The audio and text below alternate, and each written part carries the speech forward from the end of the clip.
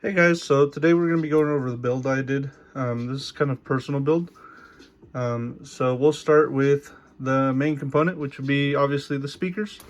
These are the Memphis M class 6x9s. They are a crossover speaker, so you have your mid with a really nice tweeter. Man, these things get loud. So the M class is a little too deep to be using the Harbor Freight ammo can, so I did have to use a slightly bigger one from Amazon. Sorry about my wire management there. I will be cleaning that up, but as you guys can tell, I did dyno-mat the whole inside of it, along with the lid. So that is just Amazon's basic, you guys can maybe put me on to some better quality sound deadening. I thought for what it was, it did pretty good. So as you guys can tell, it is running off the Ryobi battery. So off of this battery here, which is a 4 amp hour battery, I was able to get about 8-9 hours roughly of playtime out of it. I still had 1 bar left. I don't like running my batteries all the way down.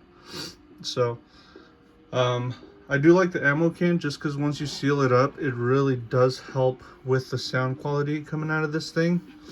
So as many of you guys will notice, this is the 2-channel amplifier with a subwoofer output.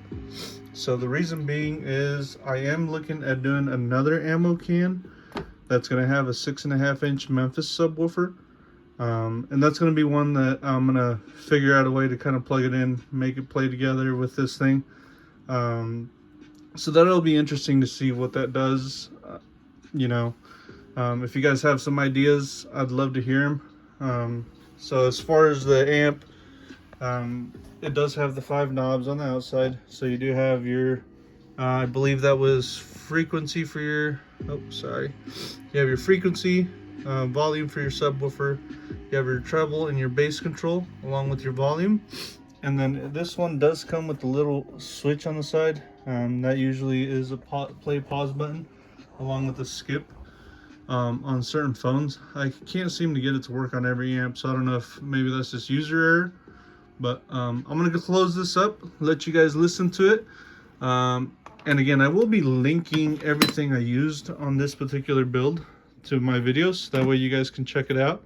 If you guys want to go out and build one yourself, go out and do it and show me. Maybe there's places where I can improve in my design, and I'd love to hear the input. So and let me know what you guys think about this. I was thinking maybe of putting a Ryobi battery adapter on the outside here, where I could just put the battery on the outside. That way I don't have to open it every time I change the battery. But I don't know that that's that big of a deal, But here, I'm going to crank this thing up a little bit so you guys can hear the sound quality. Again, this is being recorded on an iPhone, so I don't know if you guys can hear the sound quality, but it's pretty neat.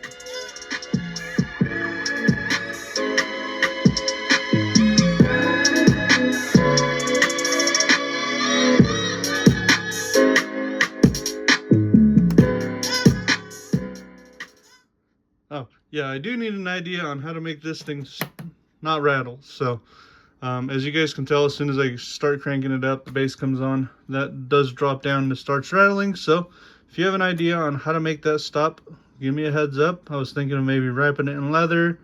I think that would kind of at least, make it not as noisy. So, thanks again, guys, for looking out. And if you guys have any questions or ideas, give me a shout.